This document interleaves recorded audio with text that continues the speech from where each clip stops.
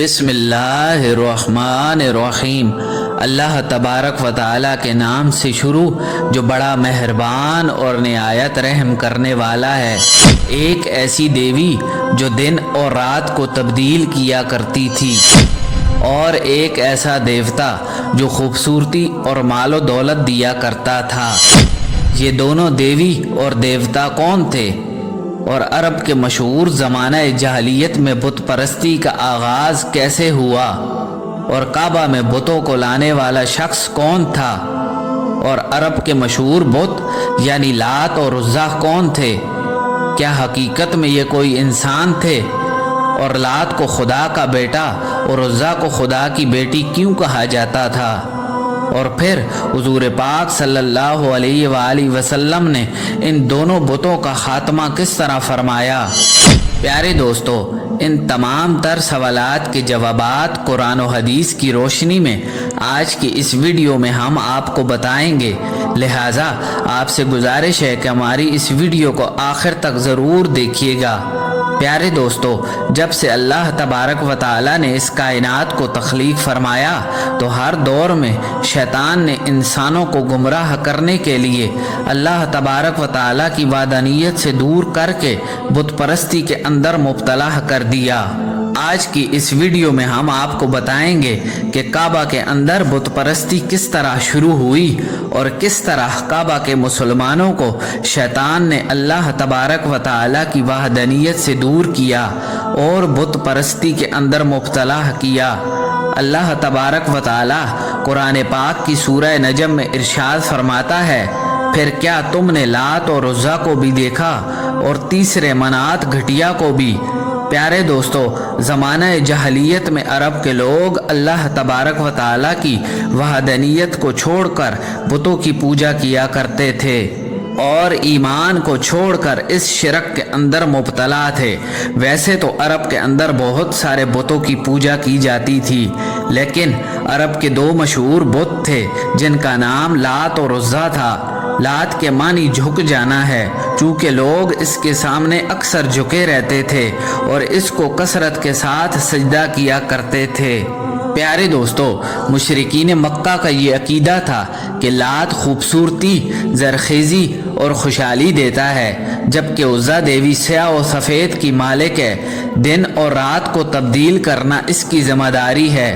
مشرکین مکہ لات کو خدا کا بیٹا اور عزا کو خدا کی بیٹی کہا کرتے تھے۔ پیارے دوستو، زمانہ جاہلیت میں عرب کے اندر یہ دونوں بت اتنے مقبول تھے کہ لوگ بات بات پر ان بتوں کی قسمیں کھایا کرتے تھے، اور ان بتوں کی حفاظت کرنے والے کاہن لات اور عزا کے نام پہ لوگوں سے بہت سارا مال و دولت کماتے اور روپیہ پیسہ اکٹھا کرتے تھے۔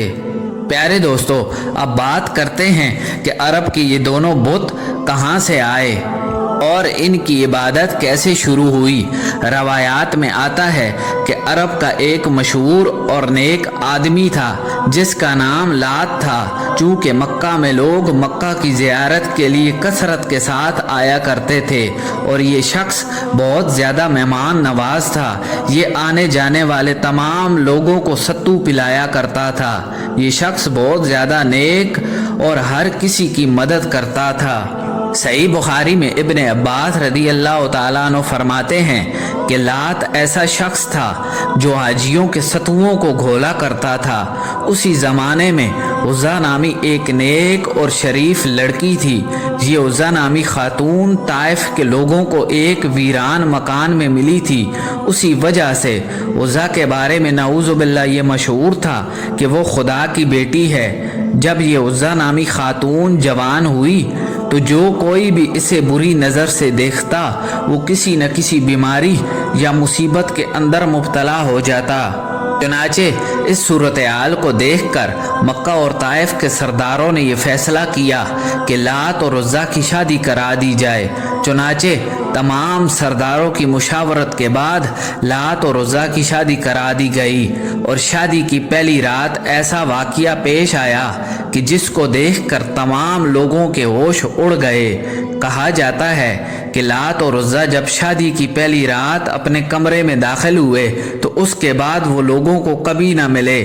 وہ ہمیشہ ہمیشہ کے لیے اپنے کمرے سے غائب ہو گئے، نہ جانے وہ کہاں چلے گئے۔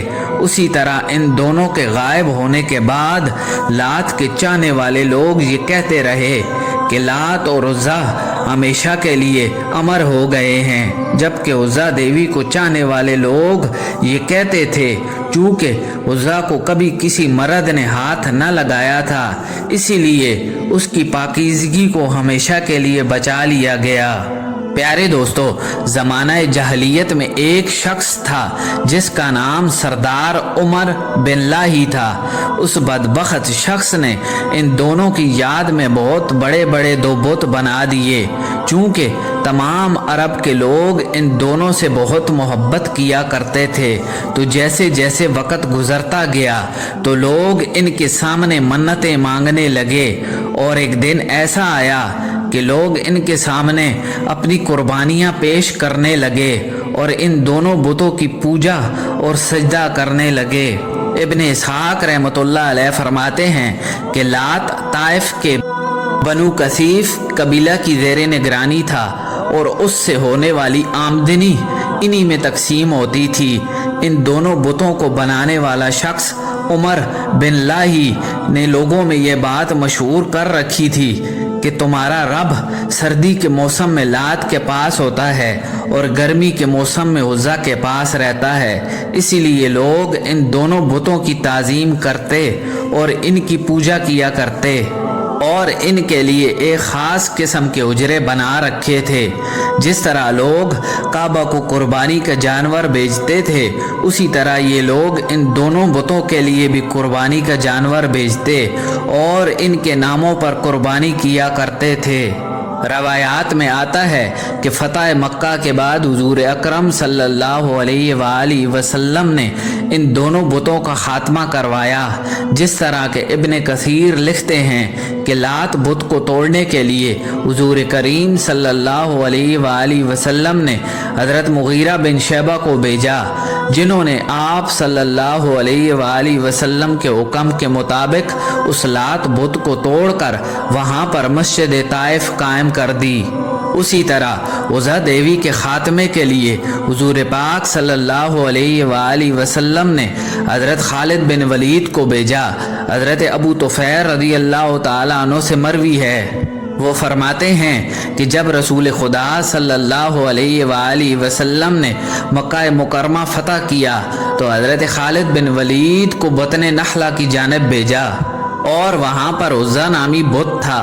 حضرت خالد بن ولید اس درخت کے پاس گئے اور کیکر کے درختوں کو کاٹ دیا اور عزیٰ کے اجرے کو گرا دیا، جس اجرے کو لوگوں نے عزیٰ کے لیے تعمیر کیا تھا۔ پھر حضرت خالد بن ولید حضور پاک صلی اللہ علیہ وآلہ وسلم کی بارگاہ میں حاضر ہو کر اس واقعے کی اطلاع دی۔ رسول خدا صلی اللہ علیہ وآلہ وسلم نے ارشاد فرمایا کہ دوبارہ جاؤ، تم نے کچھ کیا ہی نہیں۔ چنانچہ حضور پاک صلی اللہ علیہ وآلہ وسلم کا حکم پاتے ہی حضرت خالد بن ولید دوبارہ اسی طرف روانہ ہوئے اور وہاں پہنچ کر اپنے آپ کو چوکنا رکھا۔ جب مجاوروں نے حضرت خالد بن ولید کو دیکھا تو کہنے لگے کہ عزیٰ عزیٰ، یعنی عزیٰ کو پکارنے لگے۔ چنانچہ اس وقت حضرت خالد بن ولید کے سامنے ایک سیاہ رنگ والی برہنہ عورت ظاہر ہوئی، جس کے بال بکھرے ہوئے تھے اور وہ خاک اڑا رہی تھی۔ پھر حضرت خالد بن ولید نے اس پر تلوار کا وار کیا اور دیکھتے ہی دیکھتے اس چڑیل کے 2 ٹکڑے کر دیے۔